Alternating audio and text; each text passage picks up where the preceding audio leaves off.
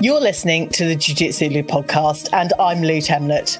I'm guessing you're having a good day because either you've been on the mats, considering getting on the mats, or maybe taking your best mate to train. I'm so happy you're here listening or watching this episode. Please don't tap out before the end. When you want to connect and be inspired by a peer, start training Jiu Jitsu. I'd like to welcome Molly Vellacott to my podcast. Hi, Molly. How are you? I'm very well, thank you, Lou. Thank you for having me. It's lovely to see you again. Oh, it's fantastic. We have met once in person around a year ago. You dropped into an open mat where I was on a Sunday morning, taking your son to have kind of his class. I was very sad that you weren't able to join the open mat that particular morning. But we will train together very soon, hopefully. So tell me a bit about where you currently train, what rank you are, and a bit more about you. So I train in Sheffield. It's called Gracie Barra Neeps End under Gareth Neal. I'm really lucky to have an amazing community there. I'm a blue belt. I'm 41, so I'm masters like you. I currently compete in the heavy category, and I've just really been enjoying competing a little bit in the past sort of 6 months or so. And about me in general and how I started jiu-jitsu, it was just, really fortuitous. I met a man who said, "You'd really like jiu-jitsu, you'll really enjoy it." And I thought, "You're bonkers. Why would I enjoy jiu-jitsu? Why would I be any good at this? I'm not very well coordinated. I've never persevered with a specific sport particularly, or thought myself to be particularly athletic." And after quite a long time of just having this little mention in my ear, I thought, go on then, I'll go and see what this is about. And within my first session, I was just like, this is mine now. Never mind anybody else. This is for me. And I think one of the first things I thought after I got off the mat was just, I wish that I had found this as a 14-year-old. I would have been a much happier teenager if I'd known that this kind of self-expression, this kind of exercise, this kind of just the physicality was available to me, and that I could enjoy myself and feel, this sort of real sense of achievement just by rolling around with people and having a nice time in that way. So yeah, that's kind of how I started and how I felt and how I continue to feel about it. Oh, fantastic. I have been inspired by your competition kind of entries and genius. I remember seeing one of your Instagram posts. Calm down. One of your Instagram posts when you were in Paris. And I was like, oh my gosh, Molly has gone to Paris. And that was probably sowing one of the seeds very securely for me to go and travel and compete, because like I've mentioned in a number of episodes now, registering for competitions in the UK, there are very few women that seem to compete. We need to kind of get ourselves together in one place. And I know there's lots of, there are a number of groups on Instagram and such like trying to do exactly that. But seeing you in Paris and competing, Molly, tell me about that particular experience for you. It was astonishing. It was the third time I had competed, and I also had a couple of refunds, just like I know you did, through lack of competitors in my division. And the way it came about was very funny. My professor, I was on the mat and I heard him saying to a few young guys off the mat, "Do you fancy coming to Paris? There's the Euros happening. What about this?" And I was immediately so disgruntled and so miffed. I was like, why isn't he asking me? Is it because I'm an old lady and I shouldn't do that kind of thing? Does he not expect me to want to? So I went home and got myself sort of turned up about it. And I was in such a defiant mindset that when I sort of went to my poor long-suffering professor and I sort of said, how about me doing the Euros? What do you think about that? He was like, yeah, of course, that's a brilliant idea. And he was instantly completely supportive. I just, I wasn't there at that moment when he was saying that thing. And I think that if it had been the other way around, and if he'd come to me and said, how about the Euros? Do you fancy that? I would have been like, absolutely no way. Much, much too nerve-wracking for me. You should be talking to those guys over there. And I think because I developed this barrier in my mind. I was thinking, well, I haven't been invited, so I'm going to go and do it anyway. It made me push myself through. Maybe did it on purpose even. But so my experience was that I'd decided that I wasn't allowed, and therefore I had to go and do it. And then I was supported incredibly well all the way through. And the thing is, with your one, and it's the same as the sort of the small numbers that we face in our divisions, because we're women, because we're older, it demonstrates the number of barriers there are getting onto that mat in that competition in the first place. In those categories where you have huge numbers of people, it's significantly easier for them to get there. And I don't mean that in any sort of way which diminishes the achievement. Some of my best friends are young guys that I train with all the time, and they put everything into it, and they're amazing and they're inspirational, and they look after me and I look after them. And the sense of community I've been incredibly lucky, and I know that not everybody has managed to have that sort of support and sense of community.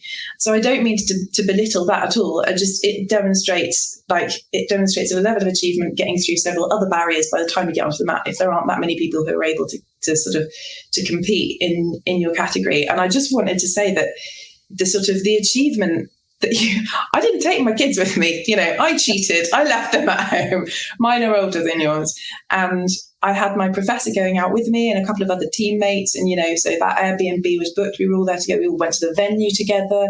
I was there to have people to celebrate with. And, the night before, I just wanted to stay in my room and do my little bit of jiu-jitsu revision. And that was fine too. So it was sort of optimal conditions for me. And I just keep on thinking that I'm a bit older now. And I think this time of sort of late 30s and then early 40s, it's just been a time of finding opportunities in everything. And, being able to reflect on times when I've been with younger kids, I haven't had as much possibility, to go out and do stuff.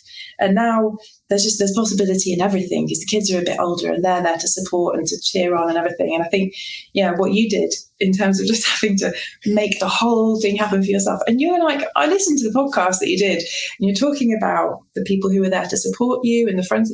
You made all that happen too, talking about people who have listened to you and already been inspired by you, those connections that you made that supported you. So yeah, it shouldn't be just a big sort of love-in, but it's true. Like you said in the beginning, it's about connecting and being inspired by peers. And it's a wonderful thing to be able to do. It's a wonderful thing that's come out of all of this. So yeah, actually in Paris, I don't know, it was very cool. I think I've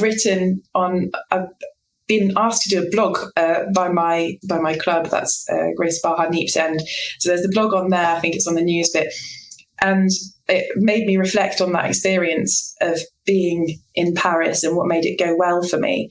And I've experienced unbearable nerves coming on this podcast. Even I was like, and listening to your podcast I can't even watch back videos of my matches because it just makes me feel absolutely sick with nerves. And the thing that so it's kind of made me not direct my energy particularly well in the beginning, first couple of matches that I did. But my match was very late on. It was at 6:00 in the evening. And I just was thinking prior to this, how am I going to manage? How am I even going to live that day? It's horrendous. And then my friend was on in the morning, and he's really skilled, really fit, really athletic. He's just great. He's got a reputation where we are, we're sort of roughly the same belt level, but from my point of view, not at all. And he had 5 matches to gold. We had 1, of course, because, as you say, it's small brackets. He had 5 matches to gold, and I'm sure he won't mind me saying, he lost the first one. He made a mistake and he didn't recover from it. And it wasn't representative of the level of jiu-jitsu that he normally plays. But I sort of realised, but it's still him. He's still amazing. His jiu-jitsu is still amazing. Nothing I think about him has changed because he made a mistake and lost his first match. And it just made me calm down. It doesn't matter what happens now. This isn't... Yep. And it's not that palatable a message to everybody, I think. Some people want to say, of course, I'm always going out there to win. Well, of course, I am going out there to win. And I think that's something that we maybe could discuss, because you had some interesting points to make about that, about when we kind of maybe let ourselves off a little bit. But I am going out there to win. That's not the main reason. That's not why I started doing jiu-jitsu. I wanted to give myself a challenge. I want to improve, and I want to do better than I would have done if I hadn't turned up. And I want to do better than last time. And I want to show myself that I'm still capable of learning something new. So all of those benefits of competing, you get whether you win or you lose. You only don't get those benefits if you don't compete. And it just suddenly, people can explain that to you in all manner of ways, but it just kind of... it's like any of those realizations, it needs to come to you at the right time through your own experience. And it was just watching this wonderful friend of mine lose that first match. I kind of thought, oh yeah, it's fine. you just lose. And then you've still done, if you're trying your best, you're trying your best. And that's like the prize in itself, Absolutely. I love your competitive spirit. And I think that's what I've seen throughout, your social posts and your achievements, and even this conversation, giving yourself kind of that competition edge and the competitive edge. I just want to go back to when your professor was asking those other teammates. Yeah. I think half of this thing has to come from ourselves. We've lived enough years now to know that if we're asked, then there's maybe an element of embarrassment, maybe an element of not wanting to do what someone else wants us to do.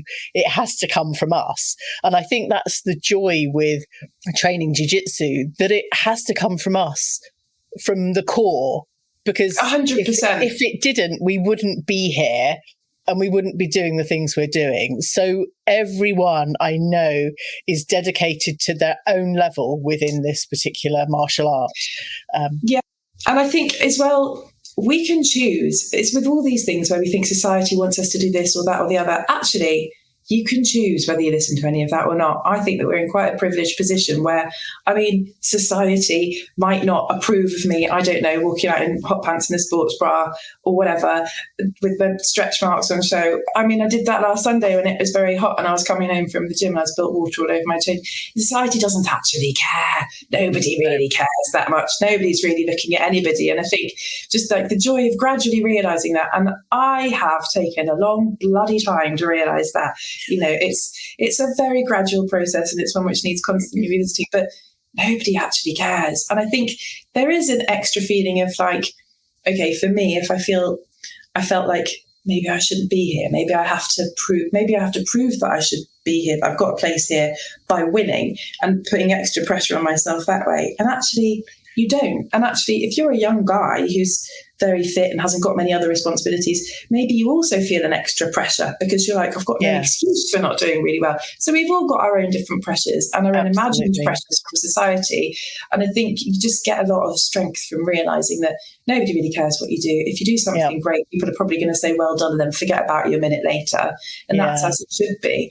And I think I noticed when I was me and my son competed a couple of weeks ago in, I think, Barnsley, and we were going in and the guy on the door said, parents and spectators over that way. And I was like, I'm a competitor.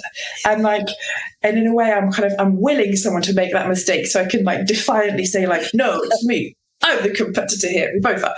But actually, why wouldn't he think that? There are lots more women there of my age who are going to be there as parents. He's not doing it to spite me. He doesn't care.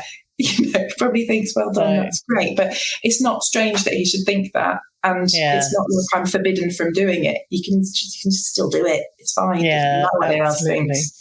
I want to go back to the mindset piece and us worrying intensely about what other people think.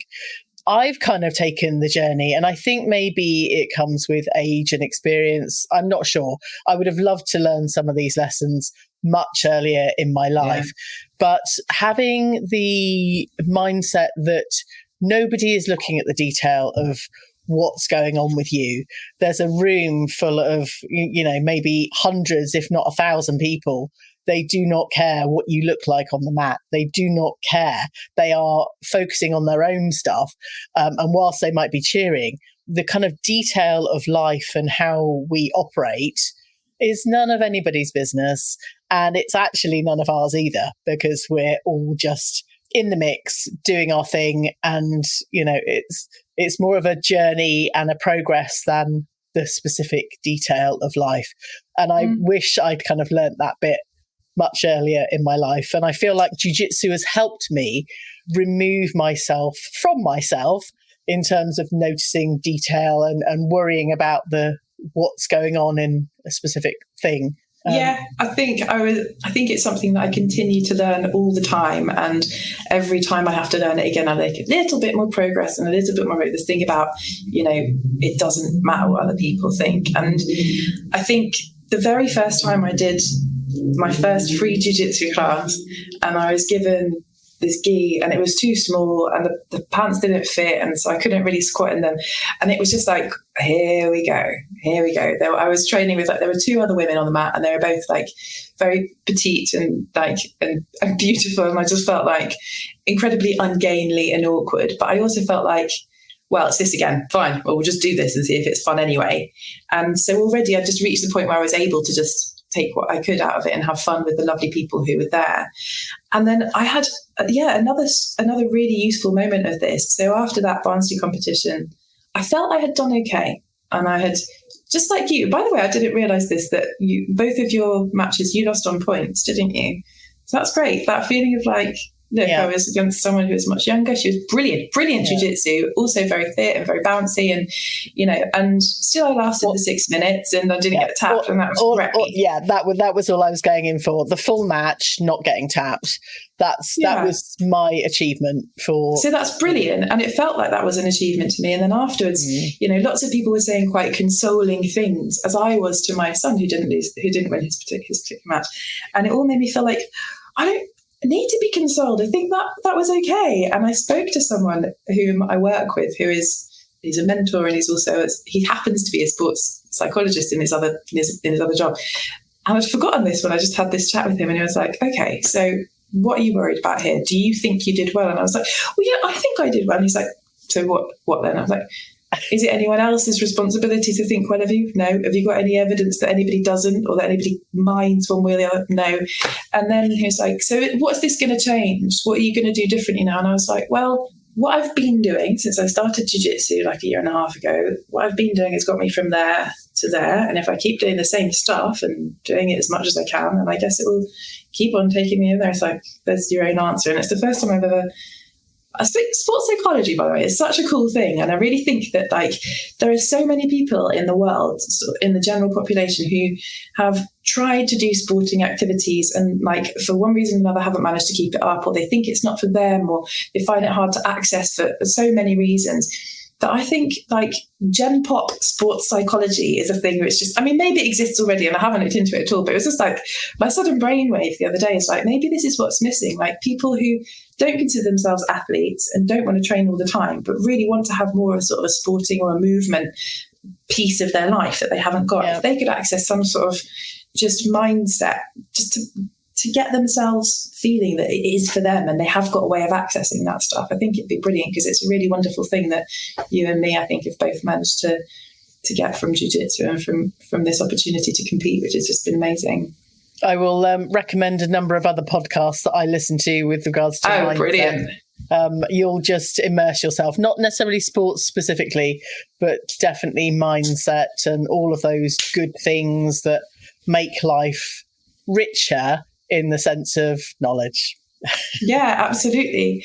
I wanted to come back to something that you said actually in your podcast about the recent one that you did about your competition, and you were saying that you were going down to the mat and you made eye contact with a nice guy, like an older guy who was just like giving you the thumbs up, and everybody else seemed very sort of closed off and like in their own world. And I feel like something which I've seen you do in various ways, and which I know I do a lot on the mat, is, sort of just reaching out and wanting to, like, just explore people a little bit, like, hello, like, not just, there are guys who have told me that they've been training with the same guy for a long time and they sort of almost consider each other best. It's like an old jiu-jitsu joke, isn't it? Like, we need to invite Beardy Bloke to the wedding because he's my best mate. What's his name? I don't know his name. I think I've seen on a meme, so one of these jiu-jitsu memes that pops up all over it. And, like, and just going a little bit beyond that and sort of, I don't want to call it community building, but just like making friends. Do you know what I mean? Like, and I think, is that something that you think you sort of take more responsibility for? And is that something that we take more responsibility for? Is it just something that we more enjoy? Or something that I wonder is, am I maybe not very good at the jiu-jitsu bit, but I am good at the making friends bit? So I kind of seek refuge in that. And maybe my jiu-jitsu kind of suffers as a result of that, because I'm thinking about people a little bit more and the jiu-jitsu a little bit less. Well, I think the people thing is a good thing. I don't know, and I can't comment on your jiu-jitsu, only you can do that. But I would say absolutely I'm one for out there making friends. I remember a thing at university, Freshers Week or Freshers 2 weeks or 3 weeks or the whole term. I can't really remember. But just wanting to connect and meet as many people as I could. And, that's always been something I've focused on. Because people are interesting. We have our foibles, we have our frustrations, but people are interesting. And you never know who you're going to meet on jiu-jitsu mats. They could be anybody. They could have any profession. They could have any background. And actually, what I like, and I've mentioned before, is the neutrality of training jiu-jitsu. None of that other stuff matters. And that's the nice bit. You're coming to, the training mats or even the competition mats without any of the backstory. You're just exactly vulnerable and exposed in whatever you know and have learned within jiu-jitsu. I think one of the other things I love about that is it sounds strange to anyone who doesn't train martial arts, I suppose, but how you get to know people physically before you get to know them socially. And just the way that our bodies move and the way we be in our bodies is such an important part of how we express ourselves, but it's so hidden most of the time. And I know I've thought this when my kids were little, and they're having their bath, and you can just see how they move their little bodies and how much they're expressing through that. And you kind of think, when they've got their clothes on, you don't get as much of what they're trying to express, especially when their words are fully organized yet and all the rest of it. And I think the same with jiu-jitsu, that you learn a different side of somebody because you're not chatting as much as you would perhaps if you just met a party for a first time, but you're expressing so much in how you move and how you sort of try and listen to each other. And you get to know something completely different. The young girl that I was competing against a couple of weeks ago, there was one point where I clonked her on the head with an elbow or something. And we're in the middle of rolling. I'm like, oh, were you all right? Is your head all right? And she's like, yeah, it's fine. And there's this kind of very human, civilized aspect that's still ready to be expressed in words whenever necessary. But it sort of boils down the difference between that and this physical communication that you're having in jiu-jitsu, which is just so fun. It's just another way of talking to people and getting to know them. I love it. Absolutely. I will pause you there. This is a Jiu-Jitsu Lou podcast with me, Lou Temlett, coming to you from the UK. Go and check out the latest video clips over on Instagram at jiu.jitsu.lou. And as you're listening or watching on your favourite podcast platform, I'd really appreciate you dropping the show a rating and a review. Today, I'm having a conversation with Molly Vellacott, and we are talking about the language or the lack of language, vocal language of jiu-jitsu and the physical language, and just making friends, having community, and all of those amazing things, as well as both of our competitive backstories with jiu-jitsu. But I want to come to a point, Molly, because you are very good at competitions, whether you win or lose or whatever. You have that competitive spirit.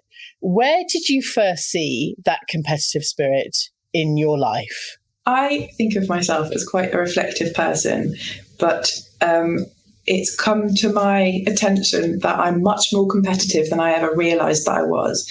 And I think I had an awful job when I was at university. I was selling something online. I can't remember what it was. And I realised that even though I didn't like the product and I didn't like the job or any of the people I was still, we were supposed to sell 3 a day or whatever. And I was so pleased. And it kind of disgusted me a little bit. And I realised that I have this. And I think it's just competition with myself. So I've recognised that really gradually. Yeah. And I think I've written in the blog about jiu-jitsu giving me the opportunity to train more in terms of training my fitness at the gym, doing runs and that kind of thing. Whereas previously I had thought of it as something a little bit selfish. Maybe I'm taking time away from my family if I'm working on my own fitness. And so there's only a certain amount of that I can really defend to myself. And now, but it's giving something to my jiu-jitsu. And I've noticed that in the gym, where it's definitely not against anybody else, I had a slightly bad back the other day, and I thought I'll take it easy when I get to body pump, and then I got there and didn't take it easy at all because I still had to show myself what I could do. So I don't know. I don't think it's unhealthy. because it doesn't make me unhappy if I think the thing that makes me happy is knowing that I've tried hard. And so that's the main thing that I consistently want to do. And I suppose if we're very, very competitive with other people or with ourselves, if it leads to an unhealthy amount of comparison and we go to bed feeling like absolutely miserable that we haven't managed to achieve, beat a certain thing, a certain personal best or whatever it is, that probably then we need to think about it again. But I think that, as well, because I'm older though, I mean, we keep on mentioning this, but it is relevant. And I don't talk to that many people who are women who are within my age bracket who do jiu-jitsu. In fact, you're probably it, actually. And I think, I still want to prove to myself that I can keep on learning things and finding new stuff. I can't bear the idea of being bored and thinking that I've finished something. But I have achieved a lot of things that make me have a nice life. For example, can I say, is it all right? I got divorced. I'm really pleased about that. That situation wasn't right for me anymore. And so I made a new situation, and I've got these lovely kids who are, their achievements of their own. They've achieved being nice kids, and that's great. And I have my independence, and I have a nice job and a nice life. And it's quite hard won. And I think the competitiveness now, maybe I'm able to feel as like it's enjoyable. As I said, I haven't got loads to prove to other people.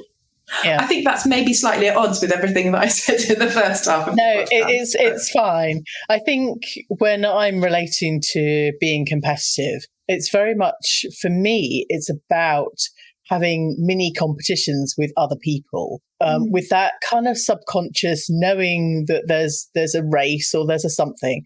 I kind of go back to my, cross country and my sprinting days. Yes, I did used to run. Cool. And it would always be the last kind of, 50 meters. And I would absolutely pace down and be a success coming in the top 3. So I'd forgotten about my sporting competitive nature actually until this conversation. Oh, wow. But with jiu-jitsu, because I went out to Barcelona on my own, and there are very few women over 40 that train or compete. I've got a number of friends like approaching 40, and I'm kind of willing them on, pulling them to kind of join us in this space, because do you know what? It's really fun and exciting to almost start. I feel like I've started my 20s again, and I'm kind of gradually building up and being as successful as I was in my 20s with lots of other, aspects. And actually, it's a new lease of life that I hadn't really considered was available to me, let alone anybody else. I spent my 20s having kids and sort of gradually getting a career together and that kind of thing. So for me, it's just like, whoa, this is fun. Everything's just fun now because my children are 18, 16, 13. Like, they can just do fun stuff with me. They can feed themselves. Brilliant. But it made me think, actually, maybe we're both more super competitive than we realise, because what we're really talking about is a situation where there are very few competitors. And how we've talked about you getting through so many barriers in order to just get on the mat. You've actually won quite a huge competition that you set up for yourself, even just by getting to Barcelona and getting on the mat. So and it's the same for me. So, I mean, I can always say, I think I said to you before, I was the only mum in my group, in my club, until just recently when a friend of mine joined who's also a mum. And that is in the most community-minded, inclusive, supportive academy you can possibly imagine. So welcoming, but still I was the only one. So maybe we are really ultra competitive. We've chosen to I haven't chosen to do some half marathon that I'm definitely not going to get anywhere near the top of. I'm doing a sport where, certainly within my actual home experience, very few people in my category even enter. So it's I'm already here. And you talk about the default medal as well. That's a really interesting thing. And I think, we've sort of covered how that default medal is valuable, because if there's nobody else there, then you have done something great in getting there, sort of. Yes, not necessarily with the competition on the mats, but actually it's all of that other stuff. Putting yourself in that position. Yeah, it's that backstory that nobody talks about. It's that unwritten, unspoken stuff. And I was thinking about the fact that if some younger people hadn't have mentioned to us about giving jiu-jitsu a go, we wouldn't be in this space. And I think as older competitors, as over 40s, we need to be the ones encouraging younger ones, equal, even older, to come onto the mats and be that inspiration. Because I would add something to that as well, because I think that you're really right. But the guy who recommended me to do jiu-jitsu, he's a few years older than me. He's been doing it since he was young. And I think that there's a lesson there about opening our eyes to the possibility of who might be cheering us on. And I think there's been we've talked about how we worry about how we might be seen by others, and we want this person and that person to know that we're doing okay. That was me, not you. But, but actually, as we've said, nobody else really minds that much. And also, if you're just trying to do something and you're giving it everything, probably almost everybody who sees you trying that is going to be going, wow, brilliant, well done, keep trying. And I think, my kids have been very supportive and not too embarrassed, I think. And in fact, I work in a school, I work with a lot of young people, teenagers, and everyone there has been, in fact, I must say, I was allowed to go and compete because my boss thought that it was it would be for the good of the young people to see somebody putting themselves out there and doing something a bit scary, and that was so I think the encouragement that I've had from loads of young men, as well as loads of, as well as the women, and actually, and so many friends have come and done, female friends have come and done a jiu-jitsu session with me as well as a result of that. So I think, look, it's primarily a man's sport. The number of men in it vastly outweighs the number of women. It was sort of created by men for men, and it was practiced only by men initially, and now still overwhelmingly by men. But my personal experience of it, and you may speak to others who have very different experience, has been I've been treated with respect and welcomed and just allowed to just make it my own thing. And I think, we do need to be the people who are encouraging more women to come in and feel comfortable, who might not have felt as comfortable leaping into a guy's space, which is what I've found it to be. Just a really welcoming, inclusive, respectful space that's it's mainly guys, but it doesn't have to be. We're allowed to do it. So I think just being mindful of the fact that whatever you think people are thinking, if they're thinking anything at all, it's probably something quite encouraging. Yeah. Do you know what I mean? Absolutely. And I think, I've seen a lot of respect and understanding and kind of really quite mature attitudes from young people I know training jiu-jitsu. And that's really heartening as well. When society's so filled with, kind of negative conversations about young people, actually they're a good sort and they are coming to, train as equally and as wholeheartedly as we are. And they'll follow us. If we behave like we deserve their respect, young people do want to look up to people and follow people and feel sort of secure in sort of the older generation that they see around them, I think. One of the things I remember being inspired by was having the strength in my body, in my kind of 70s and 80s and even 90s, if not beyond. And actually now in a time in my 40s, I'm planning and drilling and growing to be that strong person, for the rest of my life.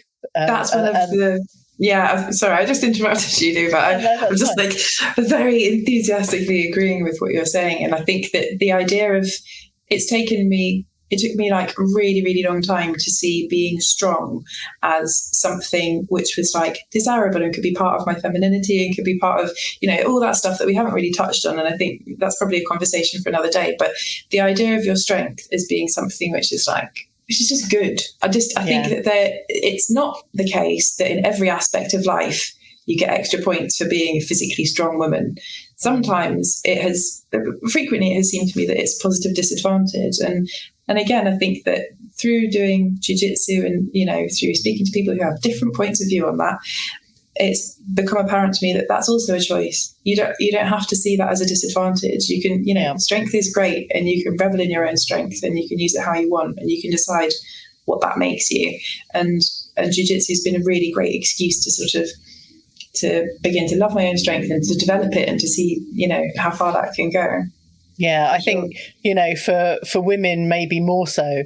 I mean, I've always had quite a lot of strength, but, like you're saying, it has kind of negative reputation that, we're not supposed to be seen as strong women. It's not healthy. It's not this, that, or the other. But actually, the strength of mind, the strength of physical body is a really helpful thing. Especially if we want to continue living a long time. And I think, there are so many benefits for training jiu-jitsu. And I think, on reflection, if it was something we both started as teenagers, life would be very different now. Yeah, absolutely. And hopefully we're living at a time and in a privileged place where more opportunities like that are open for young girls. And I think, body image is a massive topic, which I guess we can't really touch on. But the idea that there are maybe slightly more different stereotype figures that women, or physiques that women can aspire to now, like, that's a good thing. Open it up. Women are in gyms now. Brilliant. This idea of, I heard somebody saying, like, if what all you get for being a strong woman is you have to carry more. And I just think, okay, I can. Yeah. That's fine then. Exactly. we can do that. And, if you can bench press your youngest child, then that's even better. Very important. Molly, what is coming up next for you? Competitions, more training? What's happening? So I'm continuing to train 3 times a week. I really like that. There's a women's group on a Friday night, which has opened up in my club, which is great. And I'm also trying to travel a little bit more to be able to extend the number of different types of women that I get to roll with, because most of my rolling is with my male teammates. There's a competition, there's a compnet in a month or so, which I'm hoping to be able to enter. And then, it depends who we get. Again, please come and fight me, everybody, if you're listening to this. And you're an old lady like me, come and have a fight. I'd love that. Come and fight with me too. I'm an even older lady. Anyway, we're still holding out for competitors, so that's fine. Molly, it's been an absolute pleasure. I am hoping to meet you again in person very soon. Let's have a little, sparring session and see what happens. Amazing.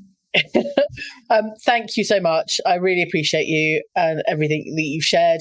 I think there are some really important points, and if anyone's taking anything away from this, is be more competitive, go and do what's right for you, and just challenge yourself. I think Molly is prime example for challenging herself and pushing some boundaries out there and having fun, which is the biggest thing. Definitely. Thanks so much, Lou. It's been really, really fun. You are very welcome. I hope you enjoyed this episode. Thank you for telling your friends about this show. And as soon as this episode ends, I'd really appreciate you dropping the show a rating and a review. Thanks again for listening. Catch you on the next episode of the Jiu Jitsu Lou podcast.